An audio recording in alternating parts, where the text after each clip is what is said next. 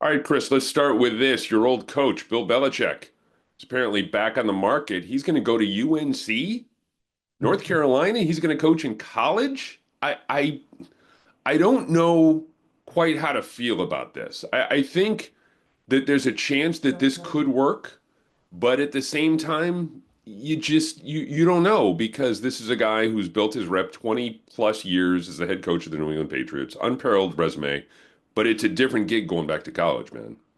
And I mean, how would you imagine that working? You know, Yeah. I don't even know.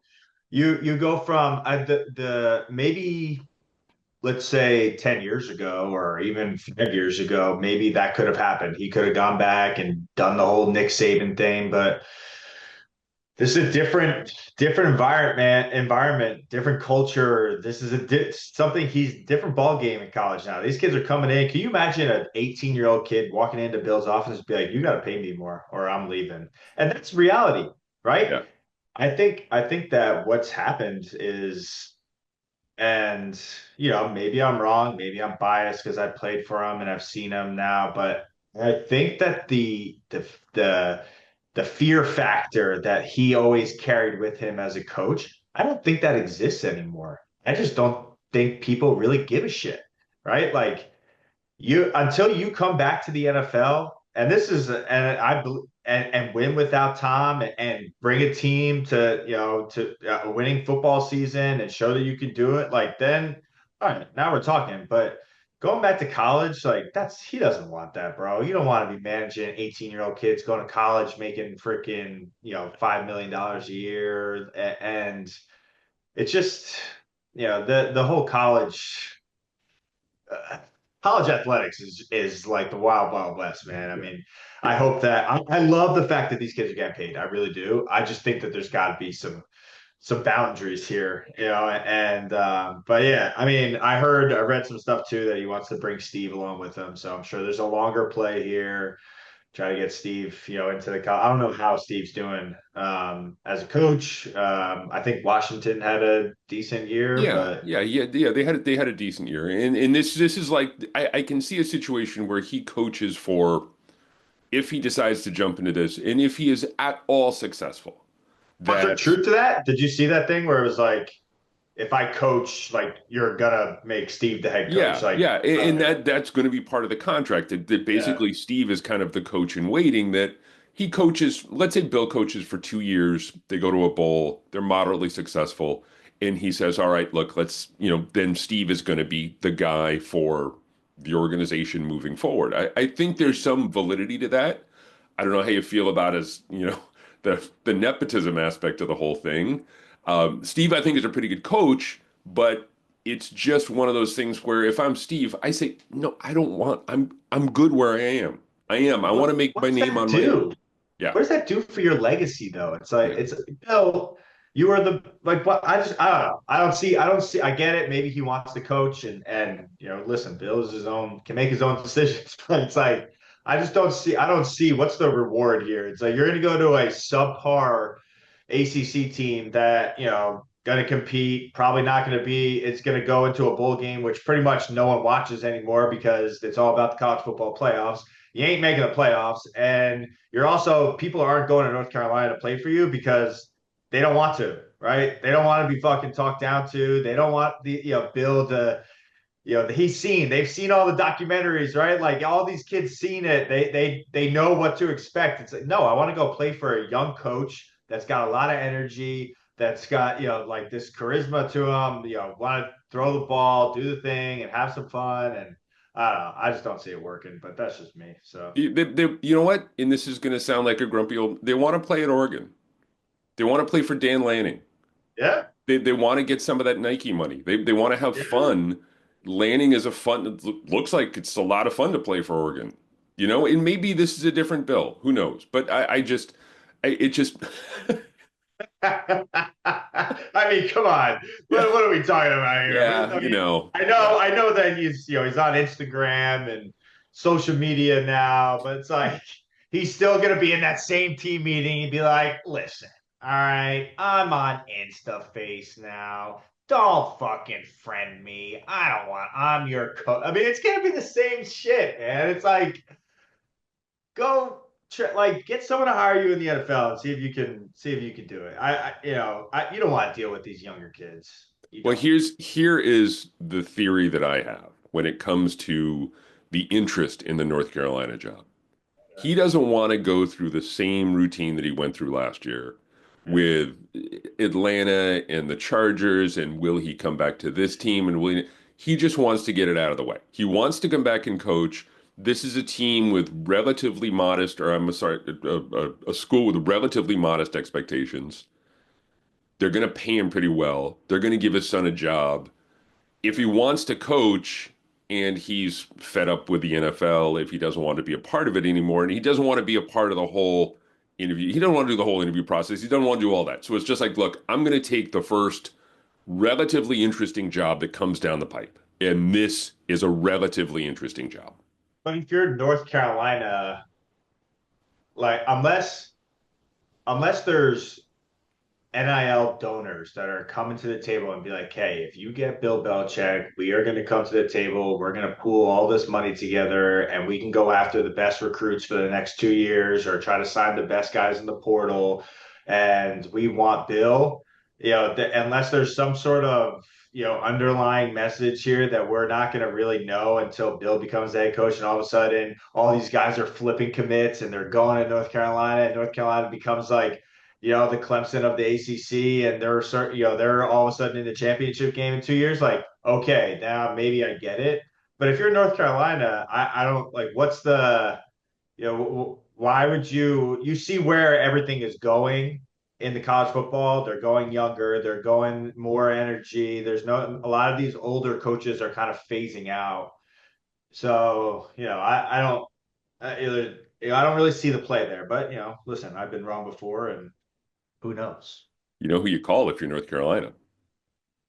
You call number 23, shooting guard, Michael Yeah, Jordan. yeah, You call him yeah. and you Get say, him to the look, table. Yeah, let's let go. bring him to the table. And you say, Sure. let's make this Yeah, worthwhile. yeah, I have no idea how he would feel about yeah. that, but it's an interesting part. He might be an interesting part of the conversation. I have another coaching question for you.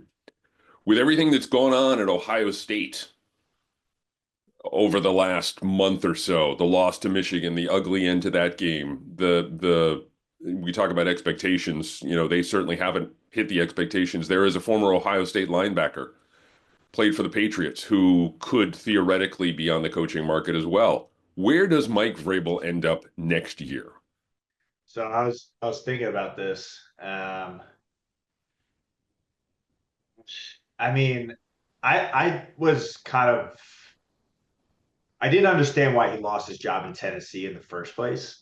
Because of what he did with that organization for the years that he was there. So that was kind of when he got fired in Tennessee. It didn't make a lot of sense to me. There must have been something else going on, or just miscommunication, or going in different directions. Whatever it is. Mike Vrabel is going to have a job in 2025. Like he's going to be a guy that I think people are going to go after. What I would love is let's get the band back together, right? If we're going to get rid of DC and like, dude, if I'm dry, I'm calling Rainbow and be like, listen, man, you know, you can come in here, you run your defense, you're the assistant head coach. Let's get back in the NFL.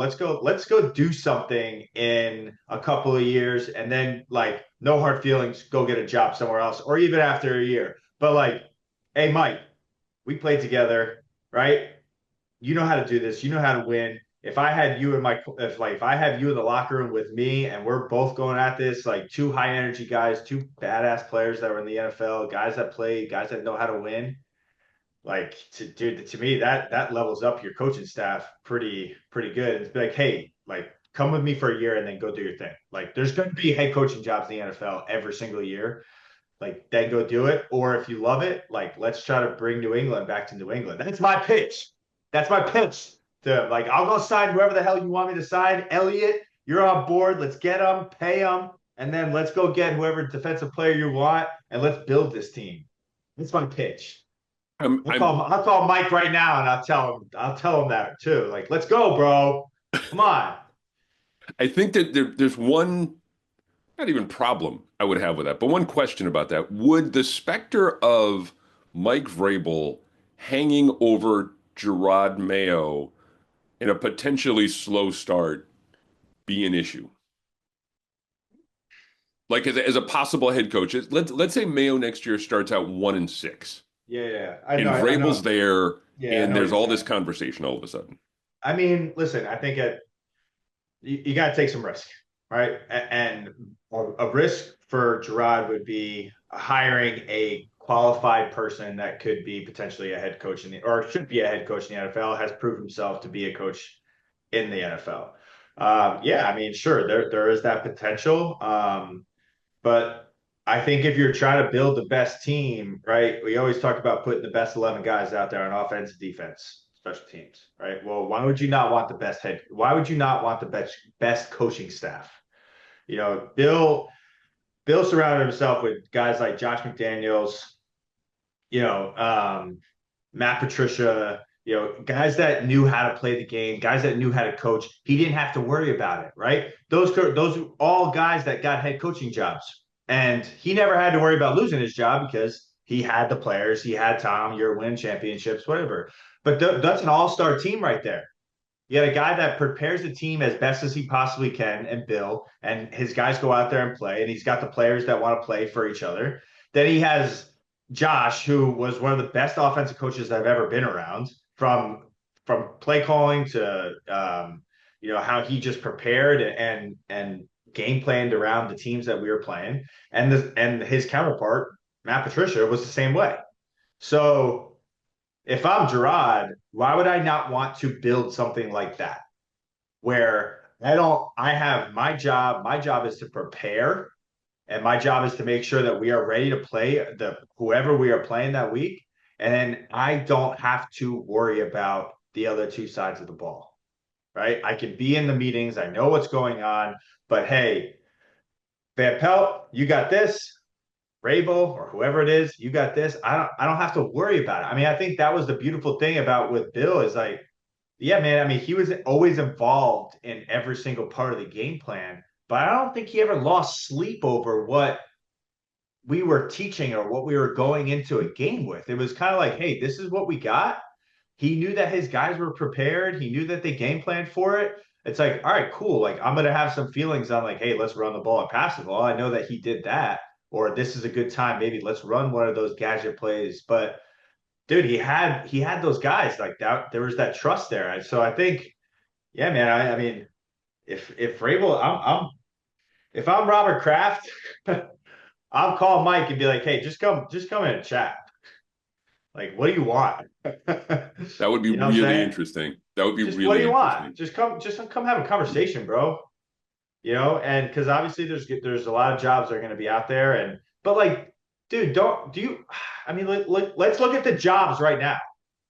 You want to go to New York? No, hell no. Chicago. You want to go to Chicago? No, thank you, bro. Like, no. You want to go? Like, there might be another head coaching vacancy in New York. You know, after the season. I mean, that's been a pretty big disaster. Like, do you want to go to that market? You want to go to a team with no quarterback, with really no direction? Like, I don't think so. And then you keep going down the line. It's just, you know, you got place that you've been before and an organization that you know. It's not like this is going to be the end of your career. The Patriots have a good defense. You can add some pieces that are going to be better. You get to control it and, you know, see what happens. So, you know, sounds like a pretty good idea. If I'm Ohio State, though, I do. And look, I think that's a really intriguing idea. If I'm Ohio State, I just say, look, what do you want?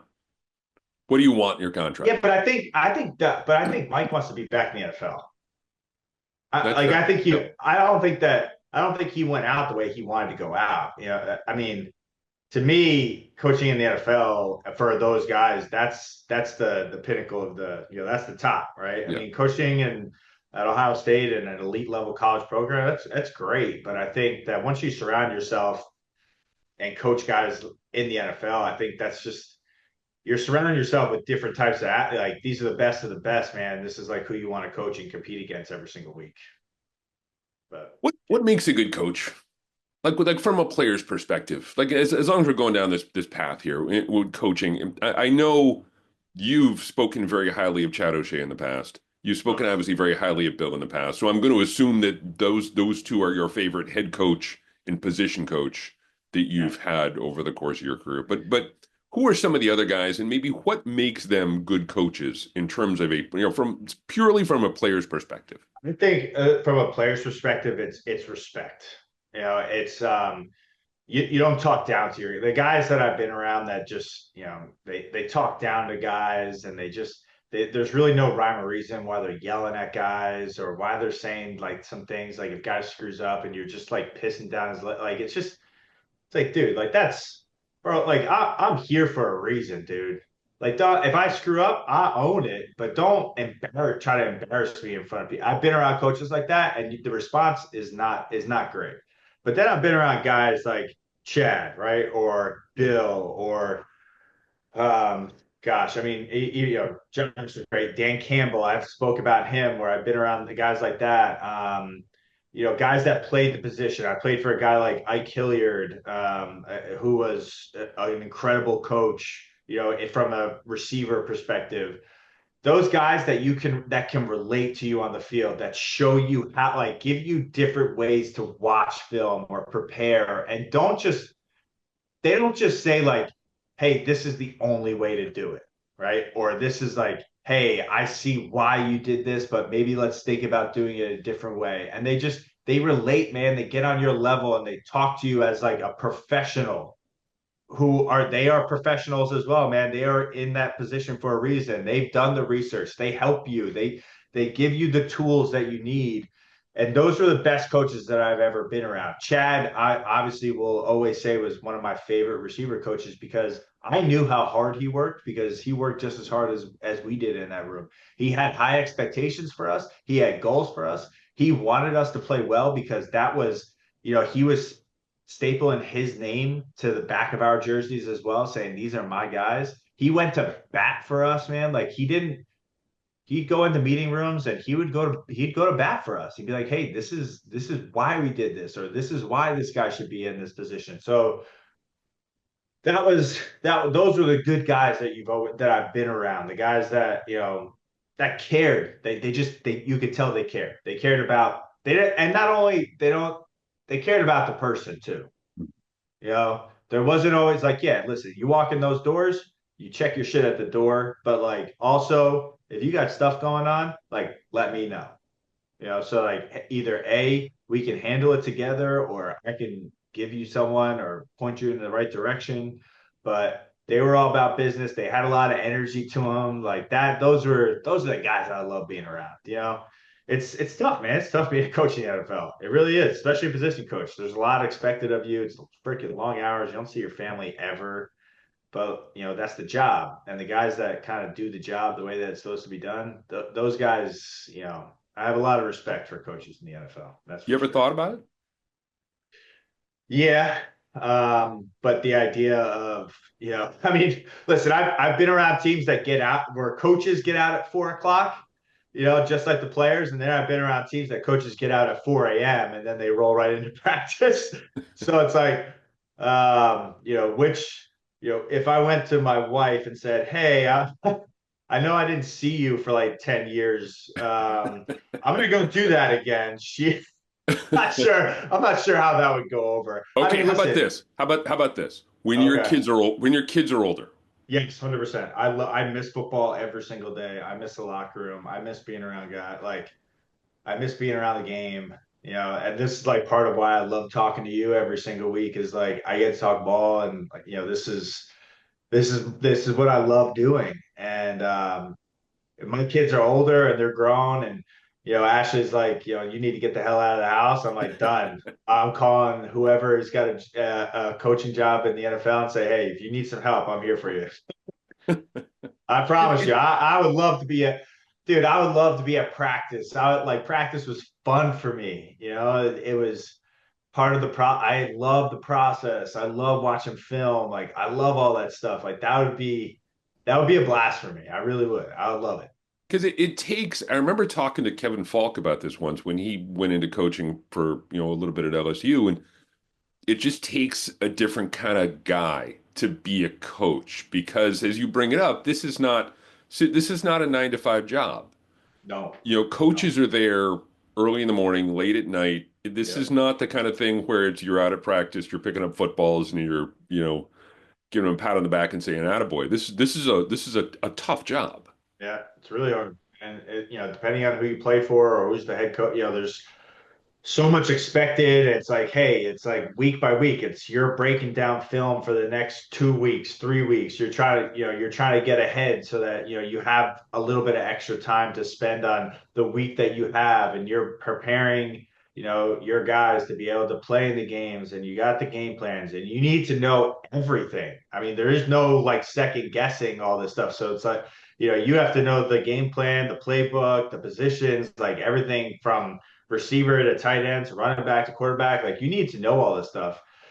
And I've seen the best do it, and all those guys in New England when we were there. I mean, they put so much into their their room and the team every single year. It was, you have so much respect for coaches that, put so much into it because I know what it takes, man. And like, you see it, right? You're leaving I was always the late guy, right? I would leave 6, 7, whatever I was done, either watching or getting my body work done.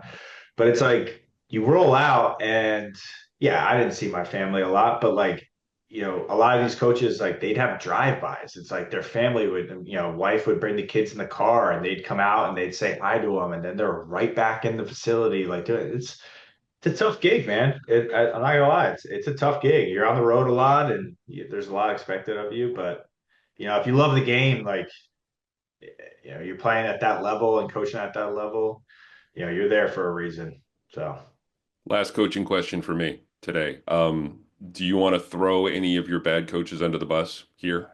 At least give me initials or teams or, you talked about Ike Hilliard and Chad O'Shea and Bill and some of those guys. I'm not going to ask you for full-on names, but maybe if you give us a hint or two as to, maybe the locations of some of your not so good coaches, not so favorite coaches. Yeah. I mean, listen, I've been around a lot of head coaches. Um, I can't say I ever played for a bad head coach, a guy that I just didn't like. I've had some position coaches that I wasn't fond of. And I'll tell you why is the one guy in particular, he played a little bit, like, maybe like a year or something in the NFL. So he felt like, he had done something to be able to talk to us in a specific way. And he just, again, where I tell you, when you get talked down to, or you get talked over, or they don't want to hear your opinion on something or how to run a route, especially from like a guy that's been doing it for a long time or, knows how to play the position, that just doesn't go over well, right? And it was more of me, on these, not great teams, or when you start losing games too, everything, the stress level just gets kicked up like 10 notches, and then everyone's kind of on eggshells because listen, at the end of the day, it's like if you're a player and you're under contract, it's like, okay, cool, or you're free, whatever it is, like, you kind of have an understanding of like, listen, I have to perform, I'm going to keep my job. But when you're losing and you kind of know that like, hey, this head coach is going to get fired, or there's going to be some change at the end of the year, like, dude, you're out too. And there's a lot of stress that goes along with when you play for teams like that because if you're a guy that's kind of on these losing organizations and there's so much turnaround, like, dude, you're changing teams and cities and states like every single couple of years. I mean, it's tough. It's Yeah. tough. Um, but again, it's those guys that just can't relate to players, those guys that just like don't want to hear anything but themselves talk. Like that was the shit that I just couldn't stand, bro. It's just like, come on, man. Like we're we're here for a reason, just like you are. Don't baby me. Like don't talk to me like I'm a child. Like this. I'm playing this position. You're not, dude. Like you're here to fuck it to help me understand the game plan. Watch some film with us and do do right by the guys in your room. Like so, Chad was not that guy. I would go to war for Chad. I would do anything that guy asked me because he just it was so there's so much respect from everyone across the board. Julian, I mean, he also, you know what the thing what also with Chad was? He wasn't afraid to get in your face. Like you got to deal with, listen, you had to deal with number 11 every single day.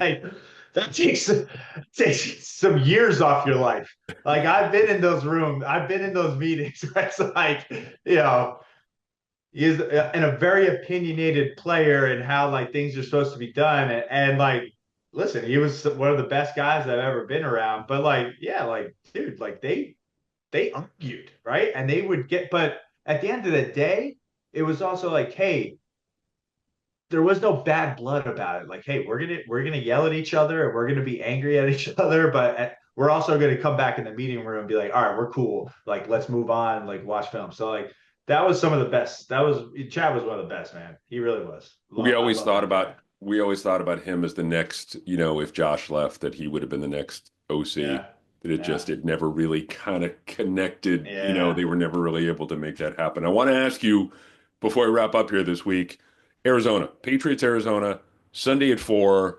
Um, where does Arizona rank in your road stadiums over the course of your career? You played 3 games there, 7 catches on 9 targets, 86 yards, and a touchdown. I remember the touchdown, Jimmy G. 2016 opener from Jimmy Garoppolo. Yeah, on the Deep left ball hand down the left side. sideline. Yeah, yeah, I remember that. What do you think of it? First of all, just give me your thoughts. It's a unique environment going out to Arizona. Mhm. Where does that stand for you? I mean, I think it's I like that stadium. I do. I enjoyed playing there. I think Arizona, it's what team do you expect to show up? Mhm. It seems like they're competitive in some games, they're not competitive in some games. Um, I think they have a lot of good players, so it's going to be interesting. But to be honest with you, dude, like, and I think you probably feel the same way. Like, I don't really fucking care who we're playing every single week anymore. I want to see Drake. I want to see my guys. I'm reading all this stuff about Polk, and I know that he's seen it too. And oh, this is the lowest graded receiver that we've had, or second. Who gives a shit? Like, you were drafted for a reason. Remember that, right? Like, you are a good player. I want to see, the coaching staff kind of put some of these guys in some positions to be successful and go out there and play. And I just think that if you're able to do that, that's just you're going to go into this offseason with a much better.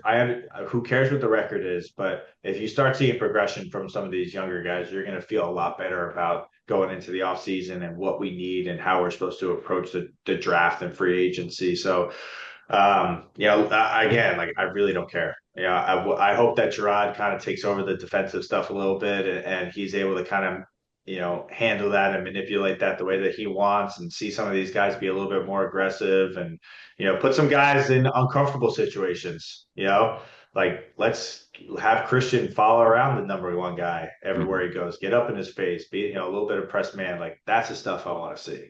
This feels like a real opportunity, the last 4 games of the regular season for Yeah. Polk, Baker, and Gerard talked last week about some guys like Cole Strange, who hasn't played yet this year, Caden Yeah. Wallace, who Yeah. I guess they started the clock on him, Layden Robinson, an opportunity for young guys to be Yeah. able to put some good stuff on film, go into 2025 on an up note, whether Yeah. that's big numbers in the case of a wide receiver, whether that's toughness, whether that's coachability, whatever the case may be, you're going to get the opportunity over the next month. It's what you do with that opportunity that's going to determine where you are in 2025.